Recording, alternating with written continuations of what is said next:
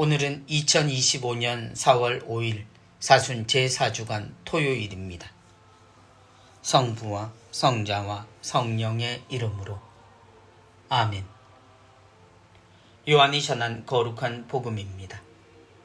그때 예수님의 말씀을 들은 군중 가운데 어떤 이들은 저분은 참으로 그 예언자시다 하고 어떤 이들은 저분은 메시아시다 하였다.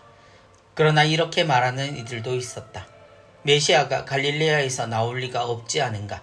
성경의 메시아는 다윗의 후손 가운데에서 그리고 다윗이 살았던 베들레헴에서 나온다고 하지 않았는가? 이렇게 군중 가운데에서 예수님 때문에 논란이 일어났다.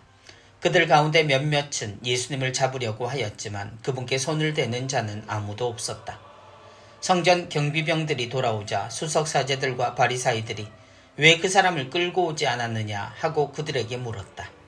그분처럼 말하는 사람은 지금까지 하나도 없었습니다 하고 성전 경비병들이 대답하자 바리사이들이 그들에게 말하였다. 너희도 속은 것이 아니냐? 최고의회 의원들이나 바리사이들 가운데에서 누가 그를 믿더냐? 율법을 모르는 저 군중은 저주받은 자들이다. 그들 가운데 한 사람으로 전에 예수님을 찾아왔던 니코데모가 그들에게 말하였다. 우리 율법에는 먼저 본인의 말을 들어보고 또 그가 하는 일을 알아보고 난 뒤에야 그 사람을 심판하게 되어 있지 않습니까? 그러자 그들이 니코데모에게 대답하였다. 당신도 갈릴레아 출신이라는 말이요. 성경을 연구해 보시오. 갈릴레아에서는 예언자가 나지 않소. 그들은 저마다 집으로 돌아갔다. 주님의 말씀입니다. 그리스도님 찬미합니다. 메시아가 갈릴레아에서 나올 리가 없지 않은가? 어릴 적 우리가 사는 동네가 성지가 될 수 있다는 이야기를 들었습니다. 조건은 누군가 성인이 된다면 이라는 내용이었습니다. 성인이 되는 것이 소원이고 기도의 내용이었다는 수도자들의 기도를 들은 적이 있고 또 많은 사람들의 이름이 자신의 지역과 연결되어 있음을 알기에 가능한 일이라는 것을 압니다. 그러나 현실에서 지역은 차별의 기준이 되기도 한다는 것 또한 익히 알고 있는 내용입니다. 저분은 메시아시다.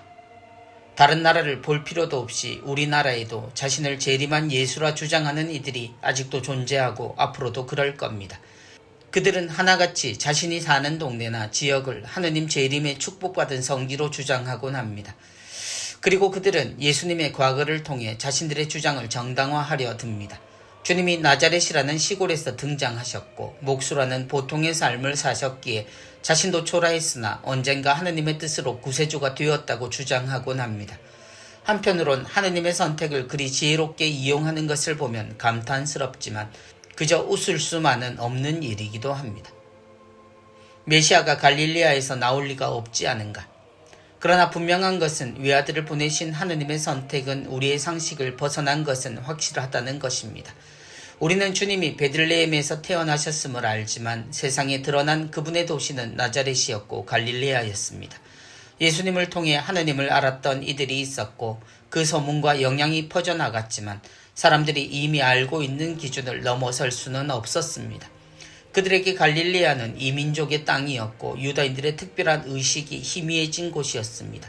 도시도 사람들도 그렇게 여겨지던 곳에서 온 예언자는 모든 것에 의심을 살 수밖에 없었습니다. 갈릴레아에서는 예언자가 나지 않소. 우리가 아는 것은 참 무섭습니다. 우리가 안다고 말하고 다른 것은 생각하지도 않는 곳에서 구세주는 찾아오셨고 세상을 살리는 희망은 자라납니다. 우리가 알고 있는 것도 사실 지식으로 정해지기 전 하나의 사실이었고 과정이 쌓이고 전해져 이루어졌음을 생각한다면 우리 생각의 유연성은 언제나 살아있어야 합니다. 단정된 결론에서 구세주는 사라지고 맙니다. 백성 속에 하느님을 전하고 살아난 구원의 불씨는 그렇게 잘나고 높은 이들의 상식과 지식 속에 짓밟히고 이미 꺼졌습니다. 성부와 성자와 성령의 이름으로 아멘.